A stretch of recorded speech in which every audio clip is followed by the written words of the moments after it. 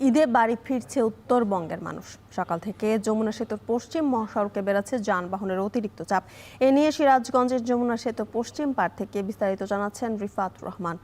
রিফাত, মহাসড়কে গাড়ির চাপ কেমন দেখছেন? যানজটের মতো কোনো পরিস্থিতি তৈরি হয়েছে কিনা কোথাও জানাবেন।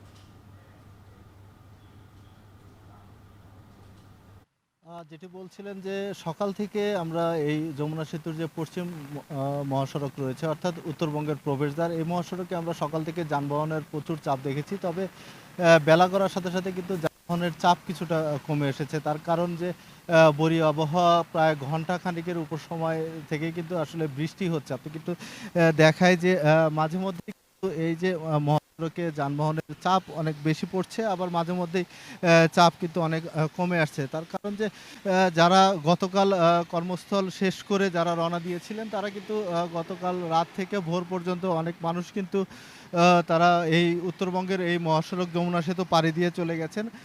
পাশাপাশি যেহেতু আজ অধিকাংশ গার্মেন্টস ছুটি হবে, যে কারণে দুপুর পর থেকে এই মহাসড়কে যানবাহনের চাপ কিন্তু কয়েক গুণ বাড়বে বলে আমাদেরকে প্রশাসনের পক্ষ থেকে জানানো হয়েছে। আপনি জানেন যে এই যমুনা সেতু মহাসড়ক দিয়ে কিন্তু উত্তর এবং দক্ষিণবঙ্গের প্রায় 22 জেলার যানবাহন চলাচল করে, অর্থাৎ রংপুর এবং রাজশাহী বিভাগের 16 জেলা এবং দক্ষিণবঙ্গের 8 জেলা সহ মোট 22 জেলার যানবাহন কিন্তু এখান থেকে চলাচল করে।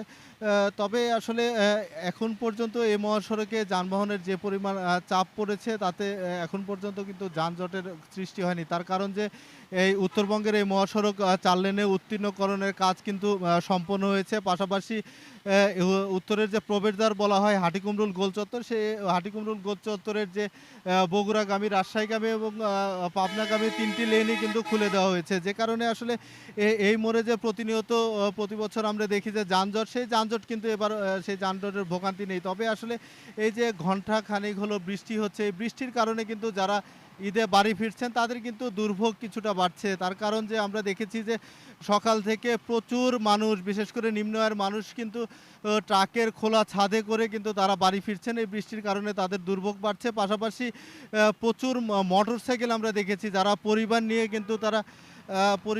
কিন্তু তারা বাড়ি ফিরছেন, তাদের কিন্তু দুর্ভোগ হচ্ছে। তারা আসলে বিভিন্ন জায়গায় কিন্তু তারা আশ্রয় নিয়ে কিন্তু তারা এই যে বৃষ্টির পরে কিন্তু তারা রওনা দিবে বলে আমাদের নিয়েছেন। তবে এখন পর্যন্ত মহাসড়কে কোথাও কিন্তু এখন পর্যন্ত যানজটের সৃষ্টি হয়নি কিংবা কোনো দুর্ঘটনাও এখন পর্যন্ত ঘটেনি। যে কারণে বলা যায় যে এখন পর্যন্ত আসলে উত্তরবঙ্গের ঈদযাত্রা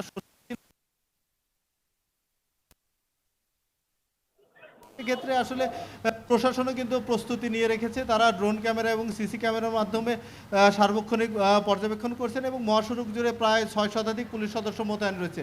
তো এই ছিল উত্তরের মহাসড়ক থেকে আমরা ঈদযাত্রার সবশেষ। সিরাজগঞ্জের মহাসড়কে বাড়ছে যানবাহনের চাপ, সে খবর জানাতে যুক্ত ছিলেন রিফাত রহমান।